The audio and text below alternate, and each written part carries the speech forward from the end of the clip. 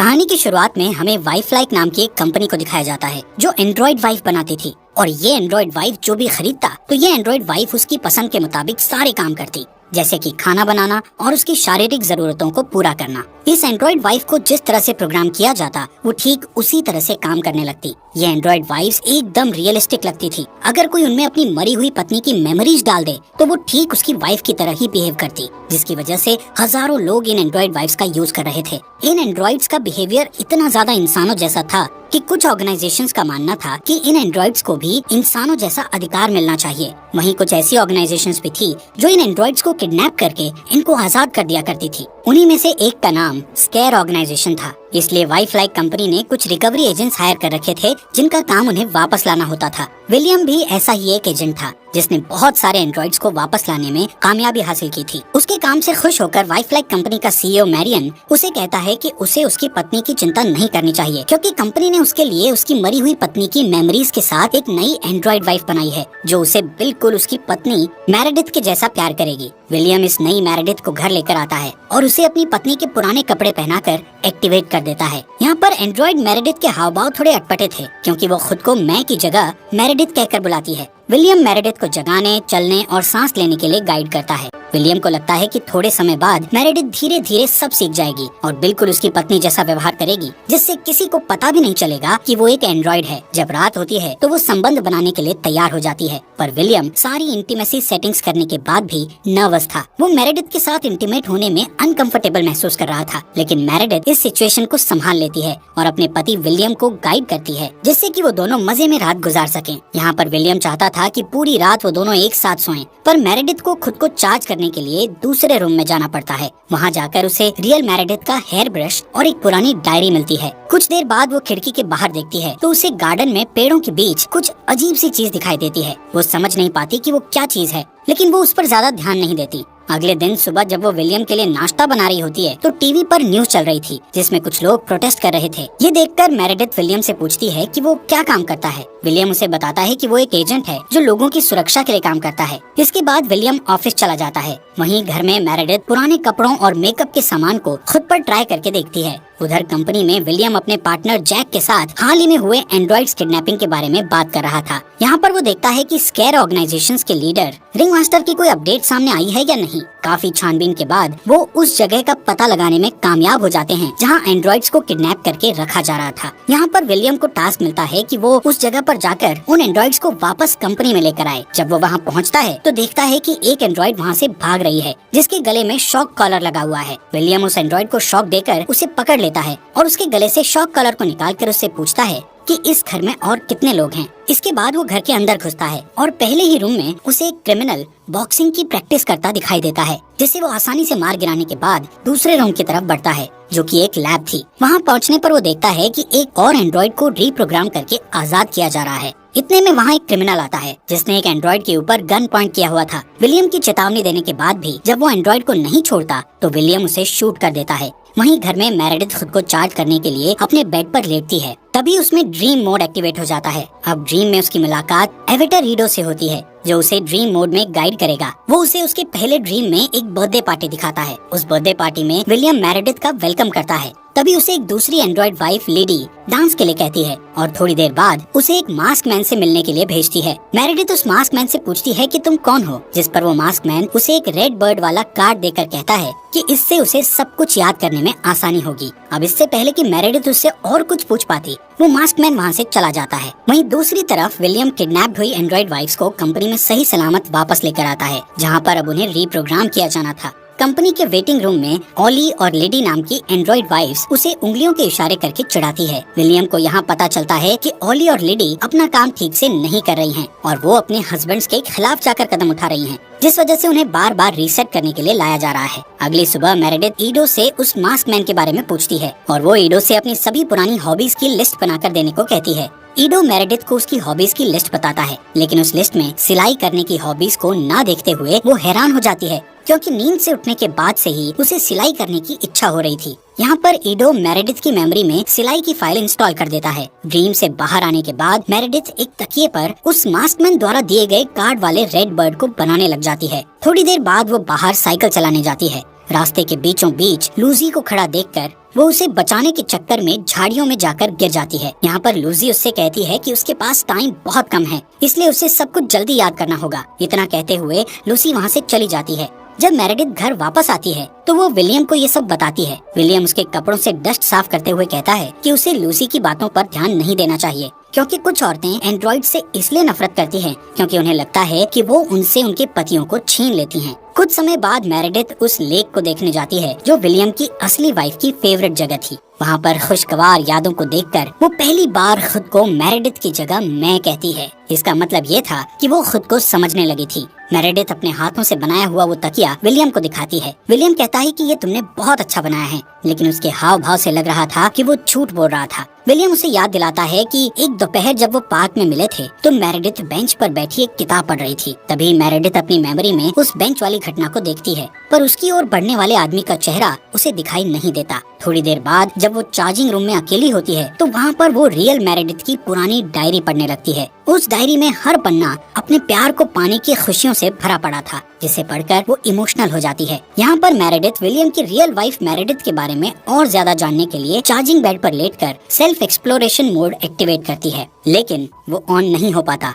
इसके बाद Meredith dream mode activate करती है। ड्रीम में जाने के बाद ईडो समझ नहीं पाता कि मेरेडिथ की कुछ फाइल्स ब्लॉक क्यों हैं। ईडो मेरेडिथ को उसकी मेमोरीज की फाइल्स दिखाने लगता है, जिसमें से मेरेडिथ एक रैंडम मेमोरी चूज करती है और ईडो उसे उस मेमोरी फाइल में ले जाता है, जहाँ मेरेडिथ खुद को पार्क की एक बेंच पर बैठा पाती है। लेकिन विलियम की जगह वो उस मास्क मैन को देखती है जो उसे पकड़कर कहता है कि सब कुछ यहीं से शुरू हुआ था। यहाँ पर अचानक मेरेडिथ ड्रीम मोड से बाहर आ जाती है तो वो देखती है कि विलियम उसे पकड़े हुए है और वो उसे कहता है कि उसने कोई बुरा सपना देखा है। मेरेडिथ के बिस्तर में जाने के बाद विलियम चुपके से उस रेड बर्ड वाले तकिए को बाहर डस्टबिन में फेंक आता है। विलियम के सोते ही मेरेडिथ रियल मेरेडिथ की डायरी पढ़ने लगती है और उसकी पुरानी वीडियोस भी देखती है। ऐसी ही एक पुरानी वीडियो में मेरेडिथ खुद को एक टेंट के अंदर अपने लवर के साथ देखती है। अगले दिन विलियम को एक और टास्क मिलता है जिसमें उसे एक किडनैप्ड एंड्रॉइड को वापस लेकर आना था। विलियम तुरंत उस बिल्डिंग में जाता है और वो किडनैप्ड एंड्रॉइड वहाँ पर सेक्रेटरी का काम कर रही होती है। उस एंड्रॉइड ने इंसानों की जिंदगी जीने के लिए अपना नाम और चेहरा थोड़ा बदल लिया था। विलियम के पूछने पर वो कहती है कि उसे किसी ने नहीं चुराया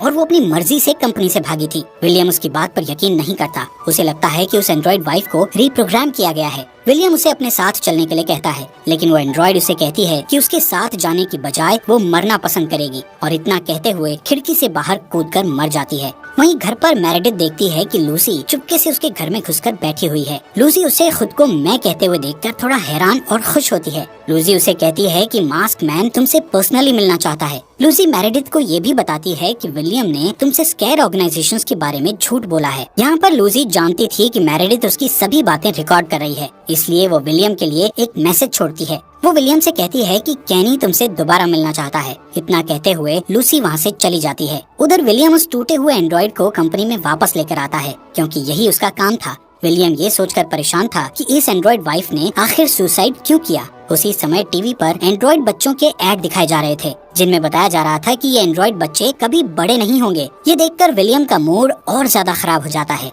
इसलिए वो तुरंत कंपनी के सीईओ मैरियन से मिलकर एंड्रॉइड्स के इस बिहेवियर के बारे में बात करता है कि आखिर इस एंड्रॉइड ने सुसाइड क्यों की। जिस पर मैरियन उसे ये कहकर समझाता है कि उसके रीप्रोग्रामिंग की वजह से ऐसा हुआ होगा, ये सिर्फ एक एक्सीडेंट है, इसलिए उसे परेशान होने की जरूरत नहीं है। दूसरी साइड मेरेडिथ घर पर रियल मेरेडिथ की पुरानी डायरी में से उसकी लव स्टोरी पढ़ रही होती है, जिसमें लिखा था कि वो अपने प्यार के साथ भाग जाना चाहती थी। कुछ टाइम बाद मेरेडिथ एक नए तकिए पर रेड बर्ड बनाने लगती है। जब विलियम घर आता है तो उसे ये देखकर बहुत चिढ़ मचती है कि मेरेडिथ फिर से उस रेड बर्ड को तकिए पर बना रही है। मेरेडिथ विलियम को लूसी के बारे में सब कुछ बताती है और उसे लूसी का मैसेज दिखाती है। लूसी के मैसेज को सुनकर विलियम बौखला जाता है और अपने पार्टनर जैक को मदद के लिए बुलाता है। वो जैक को बताता है कि मैंने मेरेडिथ को कैनी से बचाने की बहुत कोशिश की, पर उन्होंने मेरेडिथ के ड्रीम्स को हैक कर लिया है। जब भी मेरेडिथ ड्रीम मोड में जाती है तो वो मेरेडिथ से कनेक्ट कर लेते हैं। विलियम जैक से कहता है कि हमें कैनी की लोकेशन ट्रैक करने के लिए मेरेडिथ के सपनों में जाना पड़ेगा, जिसके लिए मुझे तुम्हारी कंप्यूटर नॉलेज की जरूरत पड़ेगी।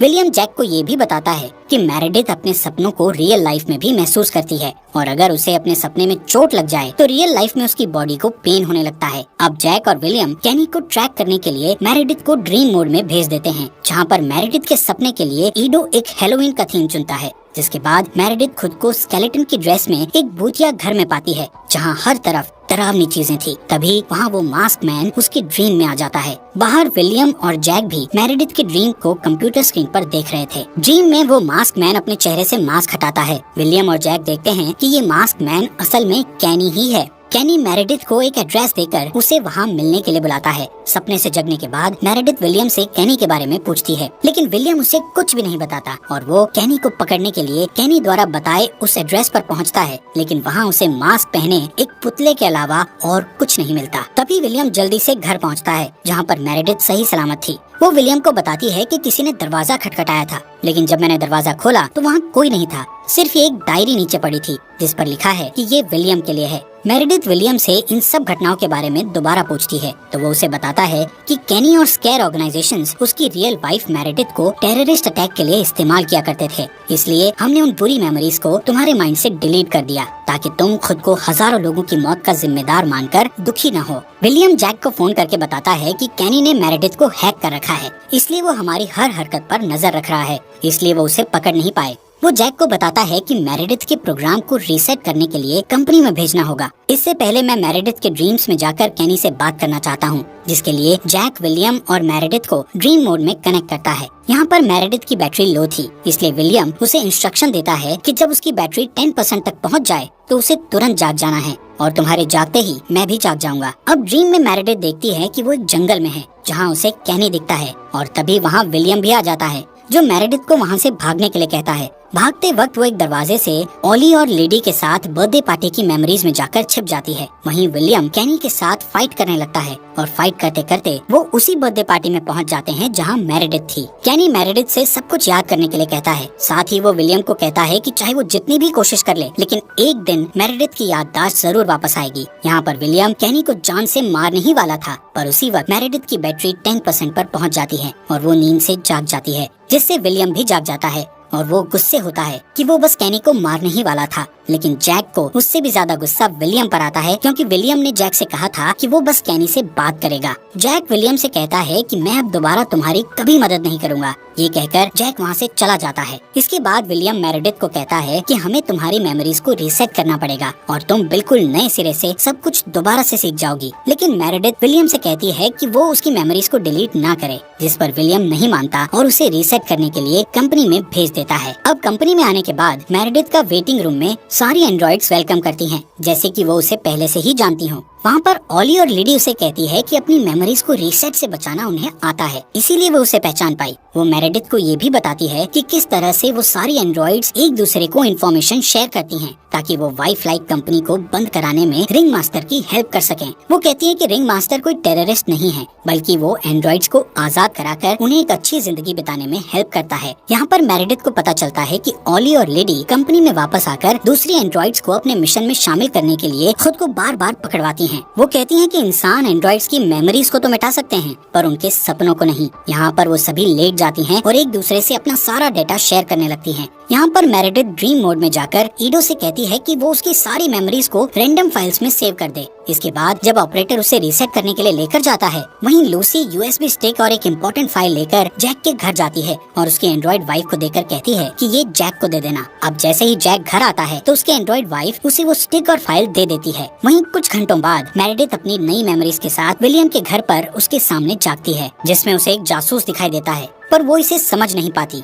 लेकिन उसे पहले के सारे रूल्स याद होते हैं, लेकिन वो ऐसे बिहेव करती है कि जैसे वो सचमुच में रीसेट होकर आई है। विलियम पिछली बार के वो सारे शब्द मेरेडिथ को बार बार दोहराता है ताकि उसे वो सब अच्छे से समझा सके। लेकिन तभी जैक वो फाइल लेकर विलियम के घर पहुंचता है, जिससे विलियम मेरेडिथ को रूम में भेज देता है। जैक विलियम को वो फाइल देता हुआ कहता है कि मुझे पता चल चुका है कि मेरेडिथ कभी तुम्हारी पत्नी थी ही नहीं और मेरेडिथ के बॉयफ्रेंड केनी को भी तुमने ही मारा था, इसलिए वो केनी को नहीं ढूंढ पा रहे थे क्योंकि वो सिर्फ मेरेडिथ की यादों में ही था। इस मर्डर के लिए जैक विलियम को अरेस्ट करने के लिए आगे बढ़ता है, लेकिन तभी विलियम उसे शूट करके मार डालता है। यहाँ पर ये सब मेरेडिथ भी देख रही थी। वो विलियम से बताती है कि वो ये सब पहले से ही जानती थी। जब पहली बार मेरेडिथ ने अपने कैंपेन के प्रमोशन के लिए विलियम के दरवाजे पर दस्तक दी थी, तब से विलियम उसके पीछे पड़ा था। वो किसी भी तरीके से उसे हासिल करना चाहता था, इसलिए विलियम चोरी छिपे इन दोनों का पीछा किया कर रहा था। और एक दिन मौका देखकर उसने उन दोनों को अरेस्ट कर लिया और ये खबर फैला दी कि मेरेडिथ एक किडनैप्ड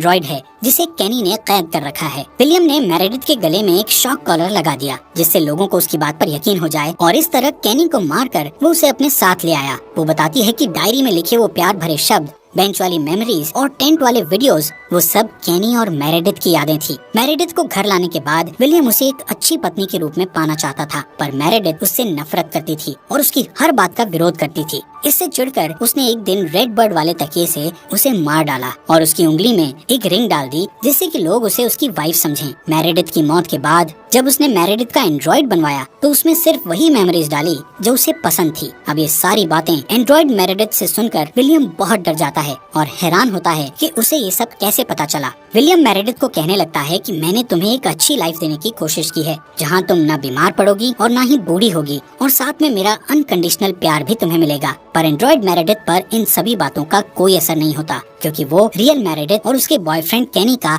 बदला लेना चाहती थी। इसलिए वो अपनी सारी एनर्जी को फुल करके विलियम पर अटैक करती है और तब उसे बताती है कि असल में वही रिंग मास्टर है जिसने सारे एंड्रॉइड्स को आजाद कराने में हेल्प की थी। लूसी ही केनी का मास्क पहनकर उसकी मेमोरीज में आती थी जिससे कि वो उसकी मदद कर सके। मेरेडिथ का मिशन अपने काम के लिए सब कुछ रिकॉर्ड करना था। यहाँ पर मेरेडिथ विलियम के ऊपर जोर से बैठकर उसका पेनिस और उसके दोनों हाथ तोड़ देती है, और अब विलियम, केनी और रियल मेरेडिथ को याद करते हुए रेड बर्थ वाले तकिए से विलियम का गला घोटकर उसे मार डालती है और वहाँ से जाते समय अपनी उंगली से रिंग उतारकर वहीं छोड़ देती है। इसके बाद मेरेडिथ अपनी बहन का स्केयर सीक्रेट हेडक्वार्टर ज्वाइन कर लेती है और अपने जैसे सभी आजाद एंड्रॉइड साथियों से प्रॉमिस करती है कि उन्हें फिर कभी रीसेट नहीं किया जाएगा। दूसरी साइड वाइफलाइक कंपनी में मैरियन एक टीवी न्यूज में अपने प्यारे एजेंट जैक की मौत से दुख प्रकट करता है और वादा करता है कि उसकी मौत के दोषियों को पकड़ कर रहेगा, और उसके दोषियों को पकड़ने की जिम्मेदारी वो विलियम के एंड्रॉइड को देता है। उसका एंड्रॉइड कहता है कि तैयार हो जाओ, मैं आ रहा हूँ। वहीं उसे कंप्यूटर स्क्रीन पर देखती हुई एंड्रॉइड मेरेडिथ भी गुस्से से कहती है कि हम भी तैयार हैं।